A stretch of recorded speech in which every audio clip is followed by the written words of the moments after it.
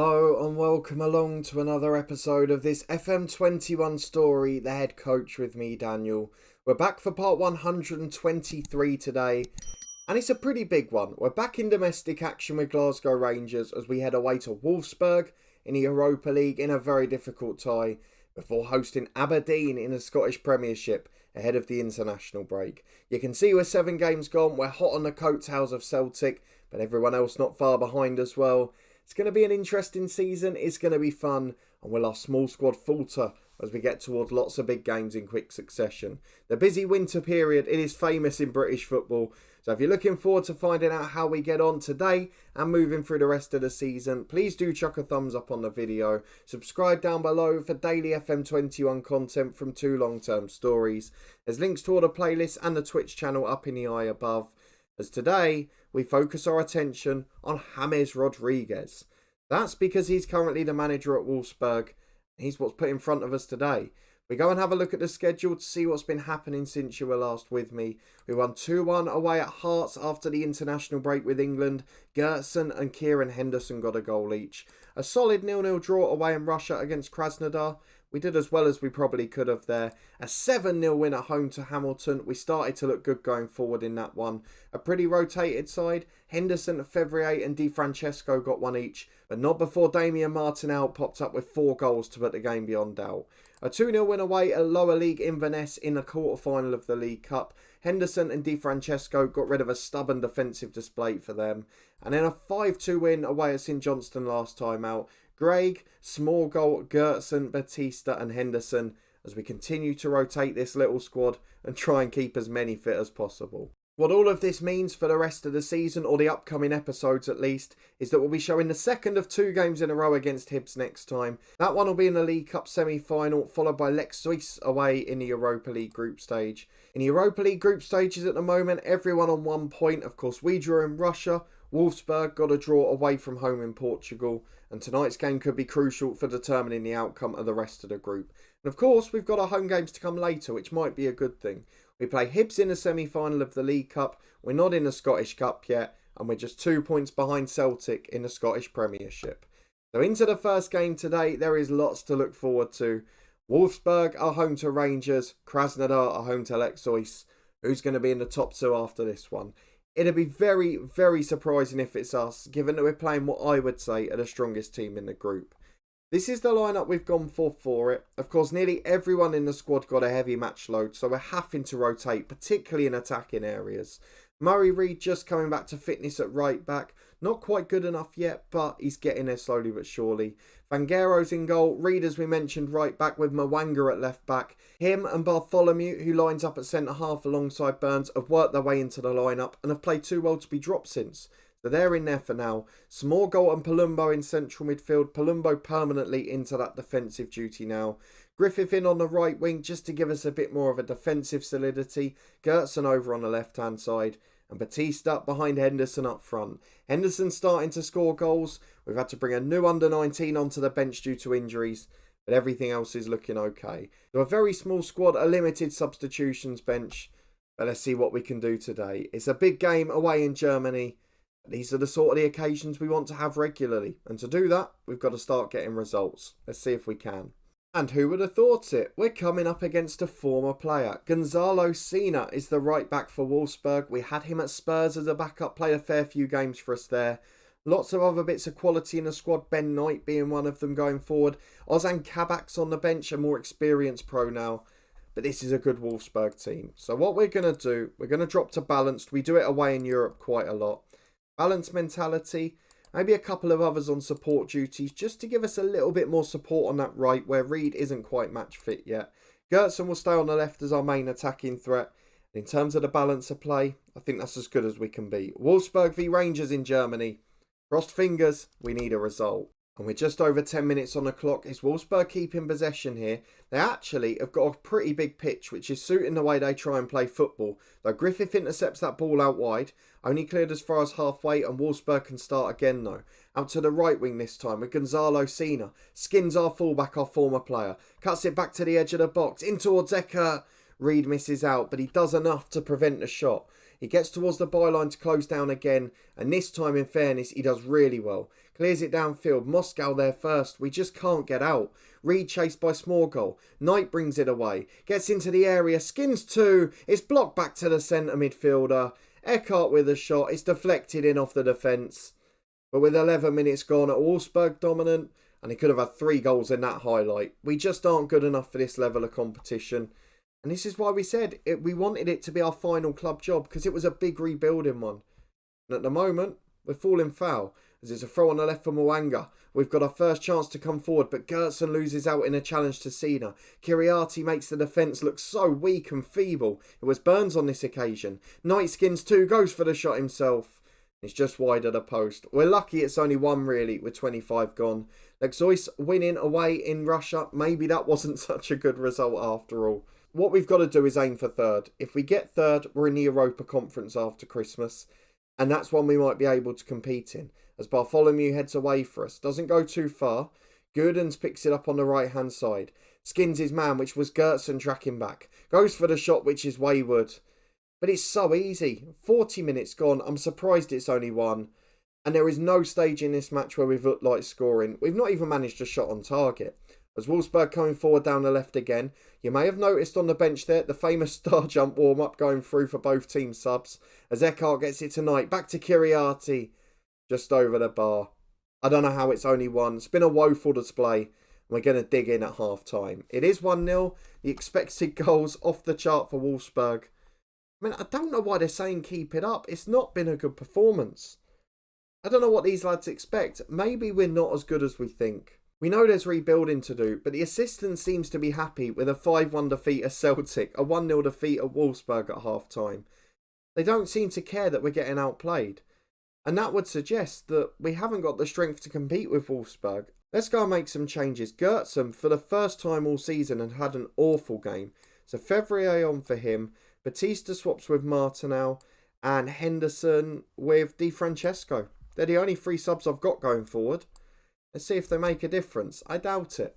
Right, 15 minutes to go. We've gone positive. We've got to do something. Dolan heads the ball wide of the post. I'm going to put Griffith on an attacking duty on the right-hand side, I think. Don't think I managed to do it there either. So winger on attack. Let's go attack him. We might as well go for a result. 10 minutes plus stoppage time to go. Krasnodar have equalised. So we're not losing too much ground to those two. And we haven't lost the goal difference away in what should be the toughest game. So I'm pretty happy with that. We've put in a good effort. We've not collapsed like we did at Celtic. We've not struggled defensively like we did at Club Brugge. We've put up a decent display. And we're still in this group stage with 4 games to go. With a double-header against the Portuguese and our home games to come, maybe we're not in the worst position. We'll be back in a moment for Aberdeen though. In 3 days' time, are we going to be able to recover? And can we produce our best performance? Because in the Scottish Premiership, the top 2 is a must. That is our sign of progress this year. We'll be back in a minute with our fingers crossed to see if we can keep in touch. Aberdeen time, but first we need to talk about our England squad. We're not going to be covering the rest of the Nations League games. However, I do need to mention a couple of changes to the squad. Partly due to injury, Sarpong, one of the most injury-prone players we've seen. And we've sacrificed a centre-half for another debutant as well. So firstly, Colin Walters, a right winger, played really well for the under-21s the last couple of years. And after struggling in that position, I feel like he's a good backup option. So he's going to come into the squad this time, having a decent season to be fair at West Brom. Derek Rawson's back in after injury. I'm really looking forward to seeing him. One of our few genuine world-class players. And then the final one, a familiar name, Ian Gilligan. Anyone remember him? He's been at Southampton for years. And we managed him when we were at Southampton ourselves. He's become a very good player, so I'm going to get him involved. I'm not sure he'll become a regular for England when the likes of Sarpong's fit, Giovanni Reyna's back, who we managed at Spurs. But for now, gives us a real opportunity. Ian Gilligan will make a debut and will become a favourite of his forever. But with that done, let's get back to Glasgow Rangers. A big game against Aberdeen. And it's all good us getting through in the Europa League, us doing well in the League Cup. But if we don't take advantage in our winnable home league games, it's not going to matter. We're going to have to make changes due to a lack of fitness. Even a bench, the players are really struggling. So I'm not quite sure how we go about this. I'm going to bring Fevrier in on the right wing, I think. Or maybe even Di Francesco. Centre midfield's a bit tougher though. So Martinelli will come in with Batista dropping to deep line playmaker. Alongside him though, I don't know what to go for. I'm going to have to play one of the tired players. So who's the most fit out of Palumbo, Griffith, and who was the other one? The third player was Smorgol. So it's definitely Palumbo. So which one's better in which role? Doesn't matter. Palumbo can stay as the playmaker. Murray Reid will get that rest at right back. Fevrier in for him. And we've just got to play the 11 that are fit and the 18 that are fit behind that. I'm not sure what else we can do. It's not our strongest squad. It's not our best squad. But it's all we've got to pick from today. So off the bench, there's only 4 fit players really. Reid, Bellis, Bowman and also Greg as well. Greg just coming back from injury. The other 3 are defenders. It leaves us very few options. So this 11 that starts the match has got to win us it. Let's hope they can. Let's go and get into it. It's Fangero in goal. Fevrier comes in at right back. Mwanga, Bartholomew and Burns the rest of the back 4. That stays the same. Batista drops into central midfield alongside Palumbo. Martinelli comes in as the number 10.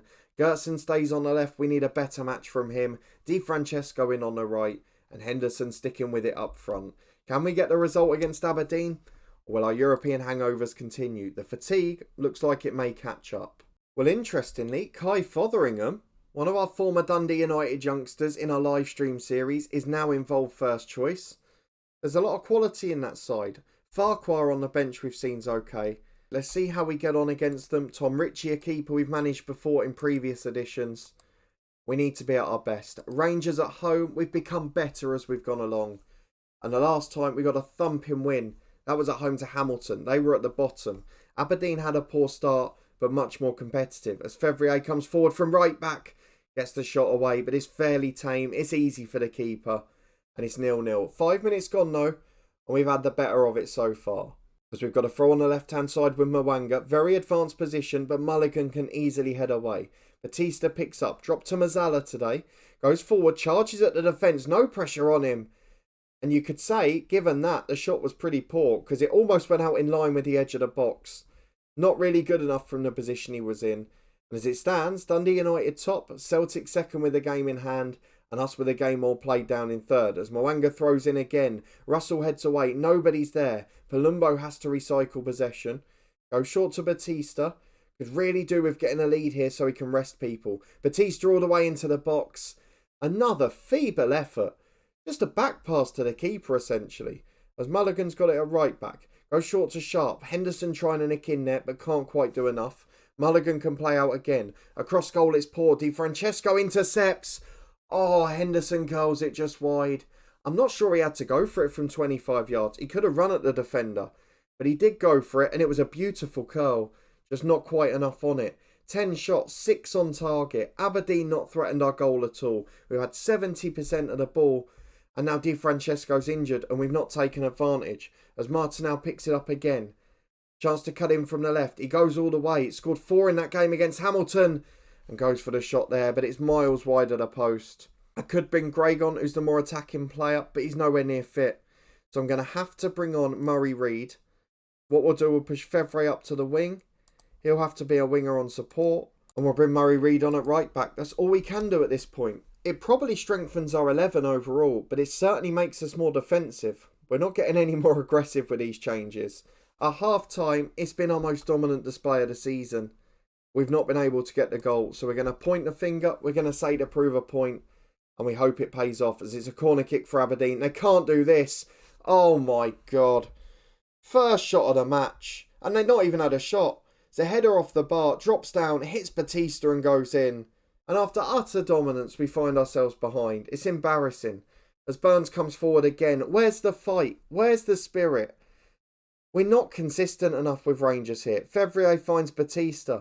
And the legs are going to run out now. With a goal down, Palumbo shoots comfortably wide of the post. We're going to demand more. Hibs have taken a lead in their game. I don't know how this has happened. No shots on target for Aberdeen. Stack loads for us. But we've not taken advantage. Now we need magic from a free kick. Batista with it. Wonderful save by Ritchie. Back out to Batista again on the right. Gets into the boxes, crosses blocked from the byline. And it comes back and hits him. It's not good enough. This is an absolutely astonishing display. I cannot tell you for the life of me how we've managed to be behind. Palumbo's shattered.